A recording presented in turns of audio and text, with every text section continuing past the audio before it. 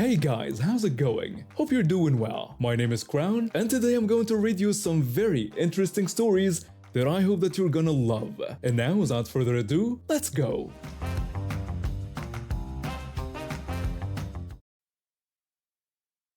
I've always loved baking. Not in a professional way at first. It was more like a weekend thing where friends and family would pay me to make their special occasions even better with my cakes, pies, and cookies. I got pretty good at it too, especially with cheesecakes and these fun cakes that had surprises hidden inside them. Life was good, and my little baking business was doing well. Then I met my husband. He was amazing, and after we got married, we moved to his hometown. I was excited to start fresh and maybe even expand my baking business there. When our first Christmas together in the new place came around, I was over the moon. I had found this local farmer who had the most incredible fruits I'd ever seen, perfect for my special Christmas cake recipe. I couldn't wait to share it with my husband's family. I was telling my sisters-in-law about my plans, basically bubbling with excitement about this cake I wanted to make. But they just shut me down. My first sister-in-law told me not to bother and that they'd just get one from the store. When I tried to insist that I'd love to contribute something, my second sister-in-law said that they always get their cake from the store, claiming it was tradition.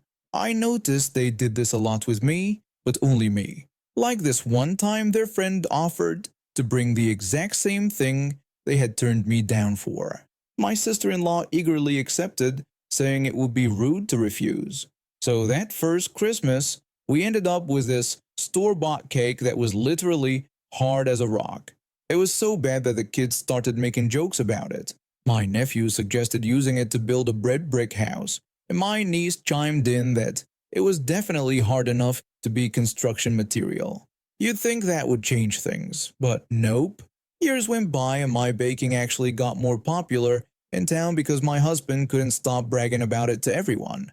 I even had my sisters-in-law's kids over sometimes, and they loved baking with me in my kitchen. But every Christmas, same store-bought cake that nobody ate. Yesterday we all got together because something came up with my in-laws and we started talking about Christmas plans. Since we're hosting this year, I figured I'd try to be diplomatic about it. I offered to handle all the food and suggested they could bring dessert. I thought that was a safe approach, but then my oldest niece just exploded. She demanded to know why they had to get that awful cake every year and why I couldn't make dessert too. My husband, bless his heart, decided to be honest about it and explained that her mom and aunt preferred the cake from the store. She kept looking back and forth between her mom and aunt like she couldn't believe what she was hearing. Then she dropped this absolute bomb, declaring that since they couldn't even cook, they shouldn't get to pick what everyone had to eat. I had to bite my cheek to keep from laughing, but I tried to be the bigger person. I gently reminded everyone that they really liked that cake and that we needed to respect the traditions that made them feel more at home. My sisters-in-law were sitting there, red-faced and quiet. They couldn't really argue with their daughter without admitting they'd been deliberately excluding me all these years. Next time those kids come over to bake with me, I'm gonna let my niece pick any cake she wants to make. I might not be able to change my sisters-in-law's minds about their precious store-bought cake tradition, but at least I know the next generation appreciates good baking. Karen tried to defend herself by saying they just thought it was important to keep some things the way they've always been.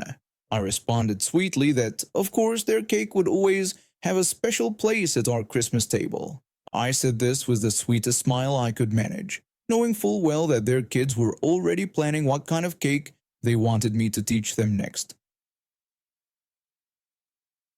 I'm a veterinary technician, and I've always had a special connection with reptiles. 3 years ago, I rescued a red-eared slider turtle from an abandoned apartment. The previous tenant just left it there in a dirty tank with barely any water. The poor thing was severely malnourished and had shell rot. I nursed it back to health, set up a proper habitat in my backyard with a small pond, and watched it thrive. My little buddy would come out to bask in the sun every morning, and I'd feed it fresh vegetables and appropriate turtle food. It was doing so well, and I was proud of its recovery. Everything was fine until my new neighbors moved in next door about 6 months ago. A woman and her son who looked about 12 years old. At first, they seemed normal enough. The kid would sometimes watch my turtle from their side of the fence, which I didn't mind. I even offered to teach him about turtle care once, but his mother quickly pulled him away, saying they weren't interested in dirty reptiles. And then came that horrible day last week. I came home from work and couldn't find my turtle in its usual spots. I searched the entire enclosure, thinking maybe it had burrowed somewhere, but then I heard popping sounds from next door, followed by laughter. I went to check, and what I saw made my blood run cold. The kid was in their backyard with an air rifle, and my turtle was on the ground trying to crawl away while he was shooting at it. The mother was actually encouraging him. I shouted at them, demanding to know what they were doing with my turtle. Karen just casually responded that my turtle made an excellent moving target for her son's practice, explaining how its slow movement made it perfect for him to aim properly. I was furious and demanded they return my pet immediately. She just brushed me off, telling me not to be selfish and claiming that since my turtle was just sitting around doing nothing in the pond, they were putting it to better use for her son's target practice. I told her this was theft and animal abuse and that I was calling the police. She just laughed it off, telling me to go ahead because no one would care about a stupid turtle. I immediately called the police while recording everything on my phone. The kid kept shooting and the mother just stood there smirking. I was terrified for my turtle's safety. The police arrived within minutes. When they saw what was happening, they were horrified. One officer immediately confiscated the air rifle, while another one started questioning the mother. Karen tried to defend herself, claiming they were just having innocent fun and dismissing the turtle as barely even being an animal. When the police officer told her she was under arrest for animal cruelty and theft, she became hysterical, protesting that they couldn't arrest her because she was a single mother and her son needed this for his target practice. The officers weren't having any of it. They arrested her while she screamed about her rights and how we were all conspiring against her. Another officer called Child Protective Services after hearing the kid say this wasn't the first animal his mother had let him practice with. I rushed my turtle to the emergency veterinary clinic where I work. Thankfully, the air rifle pellets had only caused minor scratches on its shell, nothing too serious. The protective shell had done its job, but my poor pet was severely stressed. The woman was charged with theft and animal cruelty. Child Protective Services got involved because they were concerned about the mother encouraging violence against animals. They discovered she had been letting her son shoot at various small animals in the neighborhood, including birds and squirrels. The kid was placed with his aunt while his mother awaits trial. My turtle is doing better now, though I've added security cameras around my yard and reinforced the enclosure. The neighbors on our street formed a kind of neighborhood watch after hearing what happened, especially since several of them had noticed their own pets acting strange or going missing over the past months. The aunt who took custody of the boy reached out to apologize. She explained that she had been trying to get custody for years, concerned about her sister's behavior. She's getting the kid into therapy and asked if I would be willing to teach him about proper animal care once he's in a better mental state. I agreed, hoping that education might help him develop empathy and understanding. Karen is facing multiple charges now, not just from my case, but from other incidents that came to light during the investigation. The district attorney is taking it very seriously, especially given the pattern of behavior and the involvement of a minor. I've always struggled with insomnia. It's not just having trouble falling asleep. It's about maintaining a strict routine to have any chance at a normal sleep schedule. After years of therapy and working with sleep specialists, I finally found what works for me. Sleeping from 11 p.m. to 7 a.m. with a very specific wind-down routine beforehand. When I moved into my university dorm, I thought I'd done everything right. I explained my condition to the housing office and requested roommates who preferred early nights. They assured me it wouldn't be a problem. But of course, things are never that simple. I had 2 roommates and the first week was actually okay. But then one night while I was trying to fall asleep at 11 p.m., one of them started blasting music through their speakers. I politely asked them to turn down the volume since I was trying to sleep. They responded dismissively, saying it wasn't even midnight yet and they could play music if they wanted. I reminded them about my insomnia and my need to sleep at 11 p.m., which I'd explained when we first moved in. My other roommate just coldly said that it was my problem, not theirs. The next day, I called a roommate meeting to explain things properly. I tried to make them understand about my severe insomnia, explaining how if my sleep schedule gets disrupted, it could take weeks to fix it. I wasn't asking for complete silence, just no loud music or shouting between 11 p.m. and 7 a.m. My first roommate dismissed my request as ridiculous, arguing that as college students, they needed to study late and wanted to watch movies and hang out. The second roommate chimed in sarcastically, saying I couldn't expect them to tiptoe around just because I couldn't sleep like a normal person. Instead of trying to work it out, they went straight to the residence director. I got called into their office the next day. The director told me that my roommates had filed a complaint about me trying to enforce unauthorized quiet hours. When I tried to explain about my medical condition, they cut me off, stating that the official quiet hours were from midnight to 6 a.m., and if that didn't work for me, I was welcome to find other housing arrangements. They emphasized that I couldn't force my roommates to be quiet before midnight or after 6 a.m. That's when I noticed something interesting. My roommates had their own special schedule. They'd stay up until 2 a.m., wake up at 7 a.m. for classes, then take long naps from 3 p.m. to 5 p.m. every day. Since they wanted to play by the official rules so badly, I decided to join in. The next day at 3 p.m., I invited 3 friends over. We played video games, laughed, and had a great time. All at a perfectly reasonable volume, of course. At 4 p.m., one of my roommates stormed out of their bed and demanded to know what was going on since they were trying to sleep. I responded with fake innocence, asking if the official quiet hours were suddenly from 3 p.m. to 5 p.m. now. This became our new routine. Every day at 3 p.m. my room became the social hotspot of the floor. Sometimes we'd play games, sometimes we'd practice for our drama class, and sometimes I'd just play my favorite podcasts without headphones. After a week, they were zombies. They couldn't focus in class because they weren't getting their naps. But I wasn't done yet. Remember those official quiet hours starting at midnight? Well, from 11 p.m. to midnight, I developed a sudden interest in ASMR, but not the quiet, relaxing kind. I found videos of people eating crunchy foods, whispering really loudly, and tapping on different surfaces. I played them at full volume, of course, for educational purposes. After 2 weeks of this, they finally broke. My second roommate approached me asking to talk.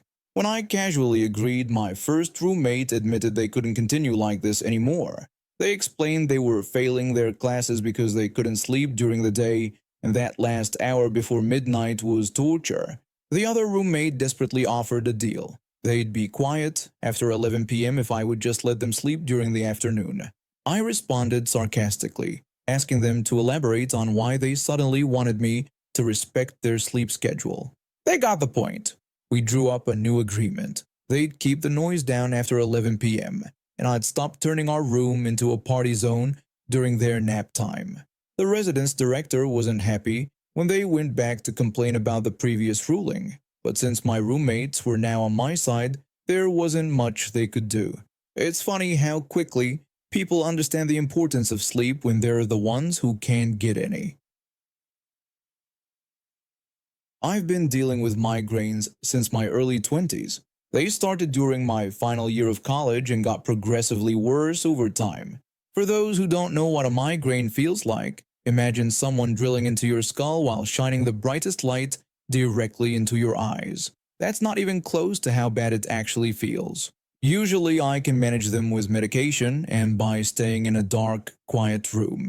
I know my triggers: lack of sleep, certain foods, and stress. But this episode was different. It hit me out of nowhere while I was working late at the office, and it was brutal. Within an hour, I couldn't keep anything down. Water, nope. Crackers, straight back up. My migraine medication didn't even have a chance to work before I threw it up. After 6 hours of this nightmare, I knew I needed help. I was getting seriously dehydrated, and the constant vomiting wasn't helping my already splitting headache. That's how I found myself in the emergency room at 11 p.m., wearing sunglasses because even the dimmed hospital lights felt like daggers in my eyes. The waiting room was mercifully quiet, with only a handful of other patients. I was sitting there trying my best to stay still and not throw up again when I heard her coming before I saw her. The click-clack of expensive heels on the linoleum floor was like thunder in my head. She called out to get my attention, but I initially thought she was talking to someone else, so I didn't respond. She then clarified that she was indeed talking to me, specifically pointing out that I was the one wearing sunglasses. I turned my head slightly, trying not to trigger another wave of nausea, and whispered a response. That's when she started berating me, asking if I thought I was some kind of celebrity and telling me how rude and disrespectful it was to wear sunglasses indoors, both to the staff and other patients. I whispered back, explaining that I had a migraine and the lights were hurting me. She scoffed at this, dismissing my migraine as not being real and suggesting it was just a headache. She accused me of probably being hungover and wasting everyone's time. I quietly asked her to leave me alone. She continued her tirade, telling me I should go home and let people who were actually sick get treatment. She complained about waiting 20 minutes with her daughter, who had a fever of 99.5 degrees Fahrenheit, declaring the situation unacceptable. I tried to ignore her, but she wouldn't stop. She moved to stand directly in front of me and threatened to speak to the receptionist about me, insisting they should prioritize people with real emergencies over what she called attention seekers pretending to be sick. I barely managed to whisper another plea for her to stop. She mocked my quiet voice, demanding to know why I was whispering if I was really sick, and started to tell me to take off my sunglasses. That was it. The combination of her shrill voice, the movement from her gesturing, and my already churning stomach reached its breaking point. I couldn't hold it back anymore. I lurched forward, and before either of us could react, I threw up directly onto her expensive-looking shoes. She screamed about her Christian Louboutins, jumping back, but it was too late. Her red-soled shoes had already gotten a nice coating of whatever was left in my stomach, which wasn't much, but still enough to make a point. She started yelling for security and nurses, claiming I had assaulted her. She hopped around trying to shake off her shoes while simultaneously looking for help. A nurse came running over to see what the commotion was about. The woman demanded I be arrested, screaming that I had thrown up on her on purpose and making sure to point out that her shoes cost more than I probably made in a month. The nurse asked her to lower her voice, reminding her that this was a hospital. I whispered an apology to the nurse, explaining that I had tried to warn her and that I had a migraine and couldn't stop throwing up. The nurse took one look at me and immediately called for assistance. Within minutes, I was being taken back to get fluids and anti-nausea medication, while the woman continued her tirade in the background, demanding someone pay for her shoes. When they wheeled me away, I heard the nurse warning the woman that she would need to wait outside if she couldn't lower her voice, and explaining that vomiting was considered an involuntary action, not assault. The last thing I heard was the woman screeching about calling her lawyer, followed by several people shushing her. While I was getting my IV fluids, I overheard the nurses laughing about how the woman had tried to get the police to come, but they told her they couldn't arrest someone for involuntary bodily functions. Apparently, she'd stormed out shortly after, carrying her ruined shoes in her hands, while her daughter apologized to everyone in the waiting room for her mother's behavior. I spent the next few hours getting hydrated and finally got some relief when the anti-nausea medication kicked in. The nurse who helped me said they'd dealt with that woman before and she'd been making a fuss about her daughter's mild fever while there were people with actual emergencies waiting. I felt bad about the shoes, but not too bad. And now we have reached the end of today's stories. Thank you for watching, and see you next time.